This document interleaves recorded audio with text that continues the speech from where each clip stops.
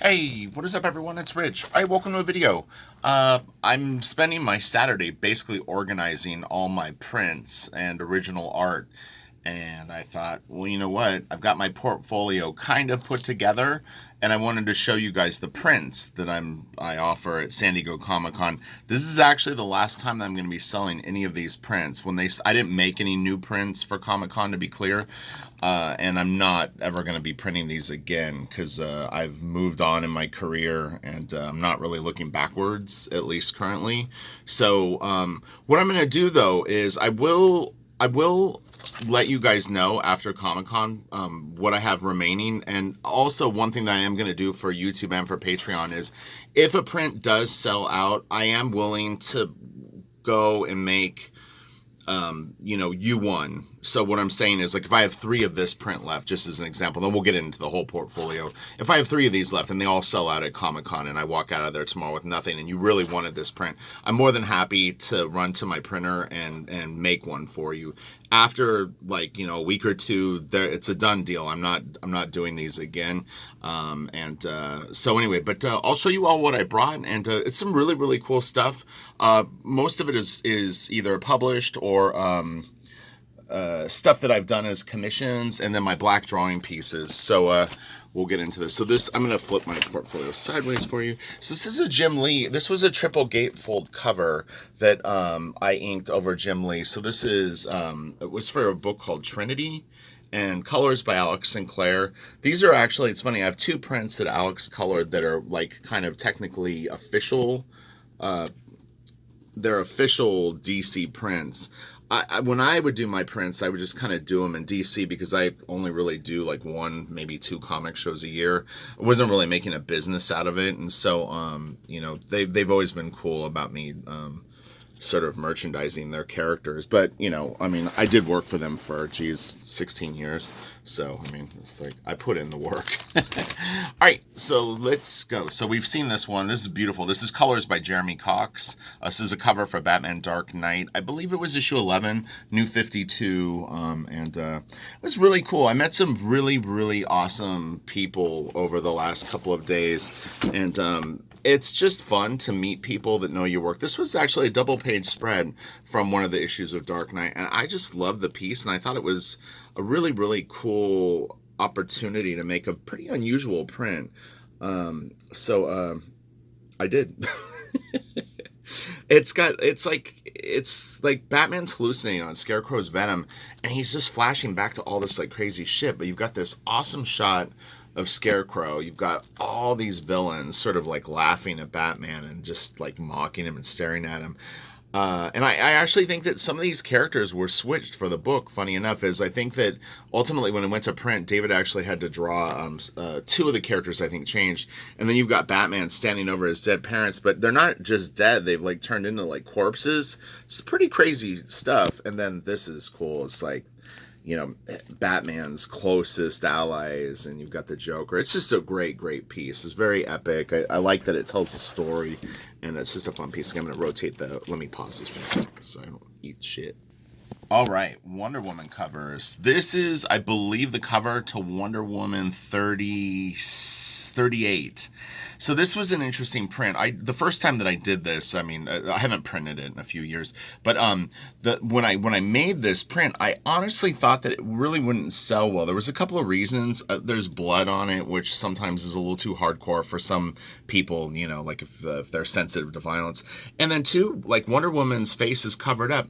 And I've always been amazed at how well this print sells because it's really unusual. And even her eyes are whited out, which kind of creates like a little bit of a disconnect, but you can see all the like inking.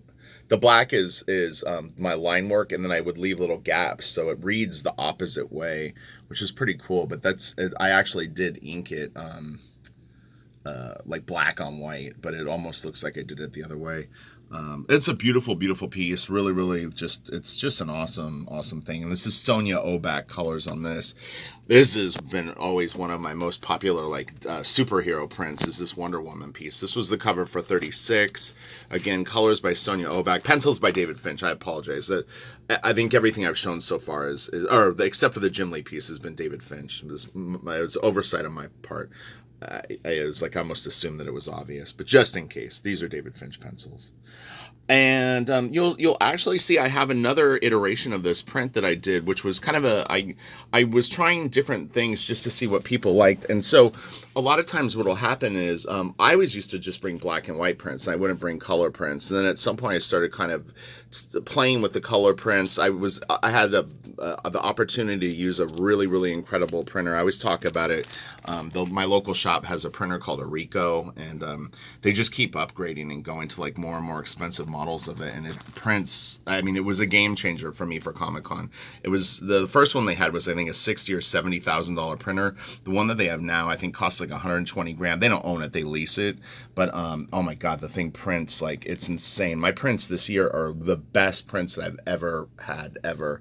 They're incredible, and they're on this nice thick 120 pound like paper board. Oh my god. But anyway, so this is Batman Bane cover. Obviously it's a reference to Kelly Jones's classic Breaking of Batman's Back. This was Batman Dark Knight cover. Sorry, I'm getting like a lot of glare. It's like it's so hard to not have glare in my life. That if I had a magic wand, I would wish for no glare. That would be one of my 3 wishes. But it would be a trick wish. Somehow I would get tricked, and there wouldn't be glare, but there would be shine, and it would somehow be defined differently. This is what Comic-Con does to me. Yeah, so and this is actually kind of funny. So if you look right here, David, I mean, and it's my fault too. We actually spelled it Kelly instead of Kelley. I didn't catch it when I did it, but I did catch it after. And so it is changed on the printed cover, but because this was actually colored before it went to print, I caught it, I think after the piece had been colored, and I said to the editor, I go, we spelled his name wrong. We need to change it. So it is printed properly. All right, let me rotate my portfolio real quick. In David's defense, when we were working on Batman Dark Knight and also Forever Evil, it was incredibly stressful. And I always say this because I'm not really coming to David's defense, but people were real kind of critical of David sometimes during that time. And they were like, oh, he's late on books and this, that, and the other. You know, I'll say this. We were the second highest producing team for the whole first year of the New 52 relaunch. So my guess is that Greg Capullo was the highest producer of pages or full issues, but David and I were the second. This was DC told me this just out of the blue one time, and that's a big deal. That's a lot of creative teams, and we actually had the fortitude to actually do a body of work on it and not just quit and walk away. And then Forever Evil, our deadlines were even worse. And the thing is they were oversized issues. I'm going to go, this is from Batman Dark Knight, by the way, and this is also Finch. But yeah, our deadlines were even worse on Forever Evil, and the books were oversized. And so not only were on tight deadlines, but the books were humongous. You know, normal comic is about 20 pages. I mean, ours were 36, and the last issue was, I think, double-sized. So it was 12 issues worth of work that they squeezed into 7 comics. And man, it was stressful. But okay, so this is a really interesting piece. This is something that I actually put together myself, and I'll explain to you what I did, because it's really interesting. I have a few variants of this. So this up here is a commission that David and I did of Batman and Wolverine facing off. So at some point, David penciled this for someone. Someone approached me about inking it, and so I inked this as just a 11 by 17 sideways print. So I had that just, you know, and I've done prints of this. You'll actually see it in here as a print, like a standalone print. At another point, at some point, David had done this, but it was Wolverine and Hulk in the thing, you know, a throwback to the classic Wolverine cover or Hulk cover. And so I had that, and at some point I was started to kind of try to see if I could come up with something unique for prints. And what I did is I used a Batman piece that we did, and I put it into the claws. I had Wolverine here, and then I put this here, and then I also colored this piece. So this is my colors, it's my composition, and they're really cool. I used the classic kind of flat, I guess, like 80s Marvel coloring style. I like it. I mean, it's obviously you could go way crazier with it, but it seemed to really work well. Did a bit of a knockout on Batman's face. He is reversed because it's a reflection, and so this is one of them. But you'll see, I have three of these, and they're all different. It's pretty interesting. All right, so this is another one. This is actually my pencils and inks on this one, but the rest of the print is David Finch. So this was, I was hired to do a Hush style. No, it was All-Star Batman styled piece, but with Hush type detail from DC licensing. So at some point I've shared this online, but this is a full pinup that I did of basically kind of a Jim Lee style Batman. It's my pencils, my inks, and my background, but very, very reminiscent of a piece that Jim did. I mean, that's what they wanted, so I was hired to do that. So this is Finch. This is the cover for, I think, Batman Dark Knight 9, 10, or 11. No, it's 7 or 8, because it's Batman fighting Bane. This is from interior page with Batman kind of setting up there. This is from issue 1, the double page spread.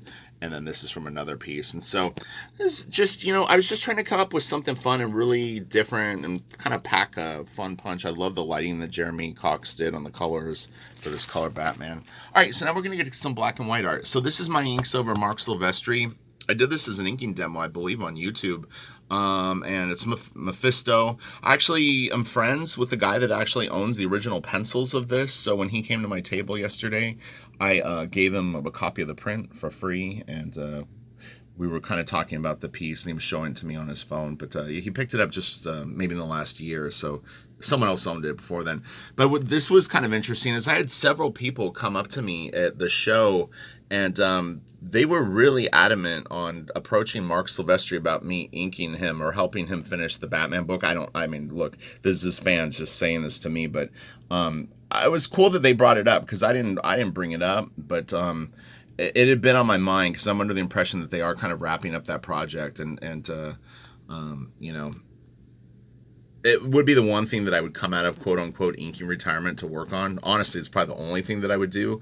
Yeah, I mean, if they ever did tap me on the shoulder and say, hey, would you be interested in doing it? I would definitely do it. But that really would be the only time that I would ever step back into inking. I'm not doing commissions. I'm not, like I said, I'm not even really working on other characters for at least a few years. So my eggs are all in the Blaster Kid basket. So this is a Jim Lee Trinity piece. So obviously it's Superman, Batman, and Wonder Woman. This is my inks over Jim's pencils. There's a few different versions of this. I believe that they used a version of this piece. This was an unused version of the piece.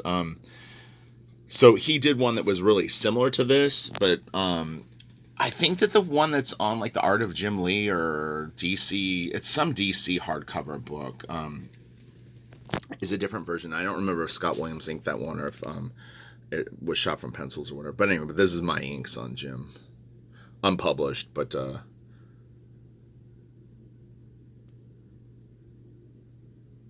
and this isn't, to be honest, I'll say this too, this isn't really how I normally ink Jim, believe it or not. I was kind of going for a different thing and kind of trying to mimic a couple of things that they were up to at this time. But normally when I would ink Jim, I would actually do it in a little bit of a different style. But his work was getting really like linear at this point. You can see all the lines. And it was just sort of like a phase that he went through. It's pretty intense stuff, to be honest. Fun to do, though. All right, so this is, I think we'll see a little bit of this in one of my other prints, but this was something that I did maybe 5 or 6 years ago. Again, just a David Finch commission, Hulk Wolverine. David's done a lot of commissions, you'll see. So, like, he did it in 2013. I probably inked it in, like, 2018, if I was going to guess. 2017, 2018, maybe 2016, but really nice piece. All right, so this is a cover for Court of Owls that David and I did. I want to say that this might have been issue 9 of Batman Dark Knight. So this was during the New 52. Really, really cool piece. Pretty popular cover. I mentioned that I did a show up in LA one time, and the voice actor for Damian Wayne was like a kid. He was probably like 13, 14 years old. He came up to the table, and he was like, there was something about him. I knew something was up, because he was like a normal kid, but he seemed like a super kid. And sure enough, he was an actor. But he had like, if I was an agent, he had it. There's no two ways about it. But anyway, he got a couple of prints, and it was really an exciting meeting him. I think on Facebook I have a picture of he and I together. But he's like, you could see him on like Nickelodeon shows and Disney shows and stuff like that occasionally. All right, so this is a black and white version of, I call this Stitch Face Batman, but this is Batman Dark Knight issue number 10 cover. I've always speculated, because there's a Kevin Nolan painted cover, or Boland, I think it's Kevin Nolan, that is really similar to this. Like the lighting and everything is really, really similar. So I'm assuming that was probably an influence on David for the piece. It's interesting too, I'll point this out. So when I've ever drawn Batman, I always put like a little bit of a protruding area for ears. I always feel like the mask would have to go around the ears, but it's just seeing this now in black and white. I noticed that David didn't, but I always will pop it out a little bit by the ear section to have a little space for ears. He kind of does it here, though. If you see, it sort of protrudes a little bit there, but anyway, not a big deal, but it's just like, but really, really nice inks on this one. I've always thought this piece turned out great. I think David still owns it. He may not. But it's a great piece. Really, really good. To me, it's one of our more iconic covers from the run, I feel. And then this is the follow-up to the Bane breaking Batman's back cover. So this was the issue after that. This is a fairly popular print. It's funny, I don't always bring it to the show. I think I have like 6 left. But there's just sometimes you bring a print to a show and it's like hot that weekend and you can never figure out why. It's like a lot of times it's not that like something is going on with the character. It's just the colors or the design seems a little fresher than other stuff that the people are seeing when they're looking through stuff. But this print has done well this weekend. So this is the same Batman. It just has a different border on it. I'm not really into variant borders and all that kind of stuff. It was just, I think what had happened is just, one show I printed it one way and then another I printed another side for the glare. But it's basically the same print, just has a black border instead of, I think the other one had kind of a burgundy. So this is Moon Knight, David Finch and I. I don't know if I did a video of this, but I definitely shot photographs of me working on this piece, and they would definitely be on my DeviantArt and also probably on Facebook. My Instagram, I don't really have any DC stuff up anymore. No offense to them, but I mean, I don't work for them anymore, so I'm not really promoting that stuff. So you can't find this stuff online. I'm nearly sure it's on my DeviantArt page, which is just under Blaster Kid. So you could look it up there. I honestly think if you just Googled like Finch, Friend, Moon Knight, you probably could even find like a link to it, or like an image search. But I did post whips of me working on this. Turned out great. Really, really nice piece. I was really liked the way that it turned out. This was after I was done working with him, so I hadn't worked with him in actually probably a year or two when I did this piece. So that's kind of fun too. There's something sort of nice about when you ink someone's work, but you're not really like trying to appeal to like what they might want. Sounds weird, but I think you get what I'm saying. It's like there's no obligation to like do it a certain way. All right, so Blaster Kid prints. These are small versions. These are not the ones I'm selling at the show. The ones I'm selling at the show are 13 by 19, and they're on that killer paper and the $120,000 machine that I was talking about printed them.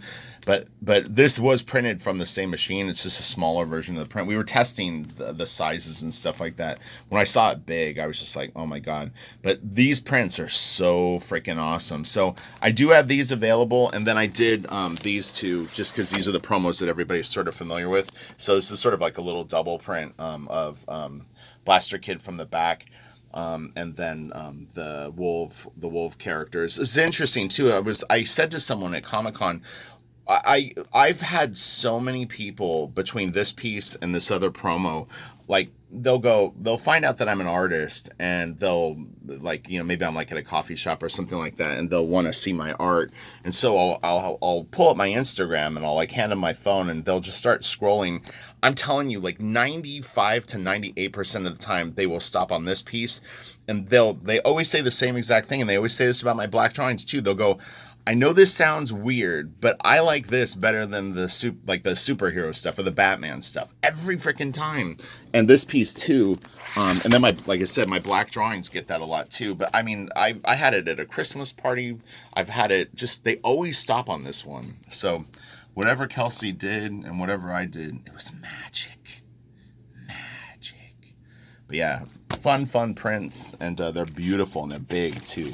Big and beautiful. All right, so now we got some black and white art, which I know people just like to see in general. Let me just get this situated. Whoa, hold on. Oh my God, I'm gonna kill myself. All right, so I think we saw a knockout version of this, but this is the original sort of commission in black and white, so you can check out all the inks and stuff like that. So again, David did this in 2013. I probably inked it like 3 years later. Someone had bought it and just approached me online or at a show and was like, would you ink it? And then I just put a little bit of the like insignia stuff on it, kind of tried to make it something that would be appealing to a fan. Like I said, it depends on the year. Some year people seem to gravitate towards black and white prints, where they want to just see my inks, and then other times, you'll have people really kind of more interested in that they want full color prints. You never know. I mean, the thing is I've had so many times. I'm gonna pause this one more time. You'll bring a piece like this in full color, assuming that everyone's going to want it in full color, and then they want it in black and white, and you're like, oh man, shit, I should have brought it. So these are interesting. This is the only time that I've ever done this. I did this as an artist proof, and what I did is I kind of took the sort of artist edition sort of mentality, and I just did a full RGB scan of the original art. So this is as close as you could ever get to having an original of this piece. It's, obviously I put this so that it can't be fraudulently like flipped, and I would write on the back that it's a print, but yeah, this is actually like 600 DPI scan off the original board. I kept all the DC stuff that you would normally not see on it, and this is about, like I said, about as close as you could ever get to the original for this. And I don't sell these prints for a lot of money. I mean, generally at the show I sell them for $20 a piece, sometimes 10. It just depends. I'm doing 20 this year, because it's like I said, people flip them online. They'll sell them for $30, $65. They always charge way more than I do, so I know that they sell for more. I have a couple of guys that will buy like 100 prints off me, and they always end up flipping them on eBay for like way more than I sell them. So, all right, so now we're getting into a little bit of my stuff. This is a Hellboy pencil piece that I had. I just have like, I think maybe 5 or 6 of this print left. Everybody always likes it. I had people stopping yesterday and looking at it, and they were just like, it was funny because it was adults earlier in the day, and then these 2 kids, they were probably, man, I don't even know, maybe 12? They love this piece. It was so funny. I actually ended up giving them a couple of prints for free because I'm that guy. I try to make Comic-Con magical for people. But yeah, I gave them a couple of free prints just because they were cool. They were gonna buy something. I just said, here, just take a couple. Let's go spend your money somewhere else. Spend it on drugs. But it was interesting. So I had a guy, it was really embarrassing, but it was, I guess, cool too, is he took it to Mignola one year and had Mignola sign it, and he brought it back to me, and he was so proud, and I was like, I was dying. I was so embarrassed. And Mike wrote a really nice note on it. He wrote, I don't know who drew this, but it's really cool. And then he wrote Mike Mignola. So anyway, and this is some of my earliest pencils. I had made this print years ago. I call it Pencil Madness, but this is probably like my first like 12 comic book style drawings that I did. I did this on the Shane Glines drawing board. That's how old it is. This was from, I drew it from reference. It's not traced from reference, but they would do this thing called, I don't remember what it was. It was like a weekly drawing contest, and it was some picture of an old actress. And I just turned her into like a robot girl. That was kind of my thing back then because I didn't really know how to draw very well to finish things. So like I didn't know how to draw hands and arms good and stuff like that. So a lot of my stuff I would stop, and I could draw monster hands, but I couldn't really draw human hands. And this is actually one of my very, very first pencil drawings that I did. Literally, I mean, I drew this at Wildstorm, and I was not penciling at all, like zero. I hadn't ever tried to draw like voodoo or anything. But Jim one day made us all pencil, and I was so nervous, but that's what I did. I mean, and that's basically my raw skills. I'm not exaggerating. I mean, it's like if you grab someone off the street and just have them draw something, that's about what kind of went on with that. And then this is like a Wonder Woman, but it's, It turned out nice. I have a tendency to do the lips too big. So I have to watch that, and the eyes too can get a little funky, but you know, it is what it is. And then I love drawing monsters, so I've got all my creepy, craggly monster things. So this print usually does pretty well. I don't normally bring it to cons anymore, and I haven't for years, but had a few of them. So in Ladytron, which I guess in a way probably was an influence on Blaster Kid, although it was never my intention to sort of copy that, but I mean, it would be easy comparison. All right, so here's another one of these. So this black and white stuff up here, this was a single commission, and it's on its own board. It was 11 by 17 sideways, and I did it, you know, at some point. Here is the original bottom piece, but it was inked in black and white. So this is Wolverine with the Hulk, and this is kind of how David drew it. And then I colored it. So I used Gray Hulk on this one because this one reminded me of Gray Hulk because of the hairstyle. And we did that. So I have a Gray Hulk, and then I have a Green Hulk with a different piece. If you look, see, this is this face-off, and then I have this face-off with Wolverine and Hulk.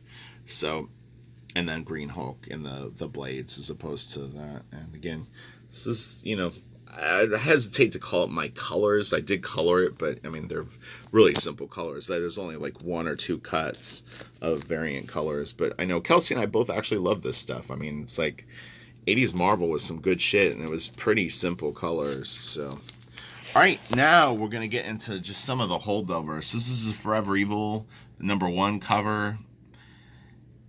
You know, there's definitely Forever Evil fans out there, so it's when I bring it, usually they'll find it. A couple of people will grab this. So I've got a few of these left, not many, but there's a couple. I think I only have 2 of this. So this is the red cover version of the Justice League of America variant cover that David and I did. So I think the original book had a bit of a different color scheme, but the red background one was kind of my favorite. I need to move my portfolio up a little bit. It's getting hard to turn the pages. So now we've got the Batman Dark Knight #1 cover in black and white. Really, really nice print. Beautiful piece. So kick-ass. And then while we're looking at this, I'm going to pause this for a second. I'm going to grab something out because there's another print that I don't have in the portfolio that I had suspected that I had forgot, but I have the color version of this by Alex Sinclair. Let me pause this. I didn't realize I'm actually playing with fire with the length of this video. It may turn it into 2 videos, but here's the color version. This is beautiful. This is Alex Sinclair printed this for me, so this is actually an officially licensed DC print, 1 of 2 that I have, but I have very few of these left. There's maybe like 15, but these sell fast. Sounds like a lot more than the other ones, but these go quick. Anyway, but like I said, most of the prints I might hold back like 3 of these for like YouTube and Patreon. But I mean, I have so many prints that I'm offering. It's you can never tell really what's going to sell it. And this is the black and white version of this. Just with this was probably the original version of the print that I did, where it was just kind of true to that for people that like no nonsense. They don't like all the floof. Right, let me pause this and rotate it. I consider this an oldie. I don't know why. It's not any older than any of the other pieces, but this is the cover for 37 of Wonder Woman with the big Iron Eagles flying in, and I guess some of the Amazonian ladies, and Wonder Woman sort of reacting to it. I do have 1 copy of a color version of this. It may be in the portfolio, but I have, I think, 3 of the black and white left, so. But yeah, I mean, you can, if you're interested in the prints, I mean, you can direct message me through Instagram about it or Facebook, and just say like, hey, I watched the video. I really like this print, this print, this print. And then after the con, we'll set it up. I will say this, though, that they ship like original art. So I don't make any money on the shipping, but West Coast is probably $16 to $17 to ship art, which basically these are going to be shipped flat, and that's the dimensions. East Coast is about $23. So, but you want these to get to you not bent, so I have to ship them in fairly hard cardboard, and they're pretty, you know, they're durable. They have to be durable to make it to you. So this is Lineal U, Red Skull. I did this as an inking demo many years ago. I don't do a lot of inking demos, to be clear. It's sometimes even when I go through stuff, it feels like I've done a lot. I've maybe done 7 or 8 in my life. So there's not a lot. I mean, I could rattle them off in 2 seconds. It was Bernie Wrightson. I did this Lineal U. There's a Joe Madureira piece. It's like it's a pretty short list, to be honest. But I wanted to show Lineal, I think, my inks on something more current that he had done. I did a Civil War piece over Lineal too. That was the first one, and I kind of got some momentum with it, and I wanted to try one more, but this piece is badass. The inks on this are sick. They're really, really good. And this was not penciled to be inked. This was penciled, like shaded pencil. And I went in and actually translated all the line work, or all the shading, into like line work. It's a little hard to see like right now because of the darkness of the office, but yeah, even the direction of the lines, it's all so important to create the right look and sort of vibe. So. All right, we've seen this one, so I'm not going to do this one again. All right, so now we're getting into my black drawing pieces. These prints sell great for me. This year, they're still my highest selling prints. Every year, I bring all this like killer stuff. These will always outsell them. It's the weirdest thing. So this is the second black drawing print that I did. You'll really see the style change as I move along. The first 4 were kind of more simple. I was trying to, I mean, I don't know what I was really trying to do. I was trying to do some dark stuff in the spirit of maybe like Mignola, but just doing it my own way. So this was the first one. It was called, or second one. This was called Abyss. I don't have a print of the first one. They're gone. And then this was a real popular piece. This was kind of, I always say that this was an easy one for people to like. Skulls and you know, a big direct sort of thing kind of in your face. So I mean, I'm pretty aware of what people like, but I don't like, I mean, you can't just create art that way. You have to, you know, create pieces that mean something also. You know, you can combine it though. I mean, I think Jim Lee is a good example of someone who does pieces that are really iconic, but also he's able to tell a story with them. Some people lean more towards story, and the pieces aren't as iconic. They're not like moments. So when I did this piece, I mean, I used reference for some of these. I like parts of it, but I didn't like that it just looked too much like a photo, and I didn't like that about it. So as I moved further into the pieces, I started putting more detail and kind of amplifying it. But although I used reference for this, I drew a lot. I mean, it wasn't really like a 1-for-1, but when I would finish them, I just didn't like them as much because of that. So like something like this, although I used reference, this is not what the reference looked like. It's really different, but I got so good at doing it that they were looking almost photorealistic. But it's white paper, black ink, and I just I always tell people, you could sit me down with a pencil, a pen, one pen, and a piece of paper, and I could draw one of these. I don't need any reference to do it. But that said, they're time consuming. You know, they would take me about a week to draw. You learn a lot doing them. But yeah, once I had done maybe like 5 or 6, I kind of had figured it out. I got sick of horror, to be honest, and that's why I stopped doing them. But there's some really advanced stuff in these pieces, but once I would draw it, I would remember it. So after that, I didn't really need to like use reference. So it's like, you know, use reference, you learn what you were going to learn from it, and then you hopefully you're able to draw. I love the floor on this. It's so cool.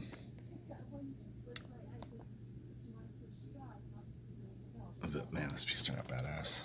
This is from the Duomo in Italy. I had seen it when I was like 20 or 21, and I loved what it looked like, so I used it. I'm shooting a video. We're leaving. Okay. Where are you going? Nowhere. Film your video. Okay.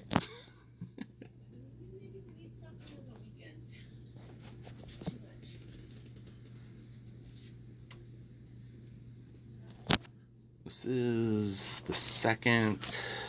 This is, I think, the eighth piece. But these were starting to get really, really detailed.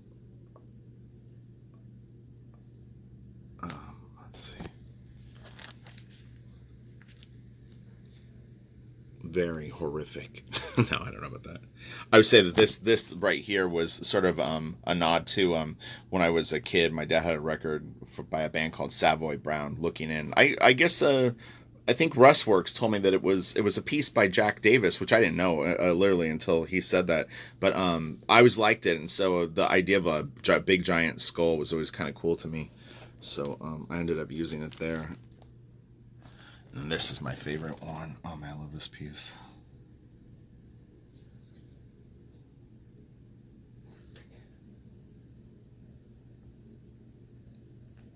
Again, kind of the big skull. If you look, there's people standing behind it. So this skull would be literally like probably like 4.5 feet tall. And then this stuff is just so badass. These pieces started to take a little bit longer. I think this one took 12 nights, so probably 60 hours to do. It's all line work too. If you look in here, you see like it's all hatching. So it's a little confusing. Some people think that I used like a reverse like white on black, but it's not. It's just white comic book paper, like artboard that I drew on the back of, so it doesn't have the blue crops. So I always tell people, but you can see there's like some guards up here, creepy stuff going up the waterfall and whatnot. But yeah, horror. I talked about it in the Vanya video. There was a point where horror just got very kind of boring to me, and so I kind of moved away from it. It was like I just felt like there was nothing really going on interesting with horror, so it felt a little played out to me, and so I kind of moved along. Did this was I was hired by Fox X-Files, so this is an X-Files piece. hard to know, right? I mean, let's see if I can, trying to get less glare. But this piece I actually was the one time that I purposely did like a nod to a few things that I really liked, which was Giger, a little bit of like Alex Gray. I guess that was it. Well, Salvador Dali. I mean, honestly, like when I think of the eyes, I think of Salvador Dali more than Alex Gray. But I think like Tool fans would think of Tool. I'll tip my hat to Alex Gray. I mean, I think he's really, really good. He's done some great stuff. And Tool doesn't only use him for art, but they're pretty synonymous. But this is the only thing that's really X-Files, is just him in the chair. And then all the rest of it is just kind of stuff that I made up, put around it. But yeah, I really wanted to get sort of that Giger alien kind of vibe down here, so I really kind of played it up. I have 13 by 19 prints of some of these, so these are 11 by 17s, but I do have big ones. So I'm going to start hustling because this video is getting a little bit long. But anyway, this is one of the more time-consuming black drawings that I did. This was a commission for a band called Father Befouled. And this piece took almost 200 hours. It's a big original, but it was so time-consuming to do. But he wanted like an MC Escher kind of vibe with like just like tons of like crazy shit in it. So he kind of caught me at a moment where I was like really like crazy and was like, I'll just go nuts. This took so long. Oh my God, it was crazy. But there's a lot of detail. And again, it's all hatching. So anyway, and then this was another band, same record label, different band. These guys were out of Canada called Mitochondria, but this is a pretty crazy piece. I put the death metal. It's funny, when people were seeing these yesterday, they were like, "You're really into heavy metal, huh?" I'm like, well, I mean, I am, but I said I'm more into dark stuff, or was, so. That would be it more than me like trying to draw like heavy metal. I have a scary dark side. That's what it is. Can tap into the darkness. So it's got a pretty crazy design on it. You can see like how it swirls. And this one too actually has a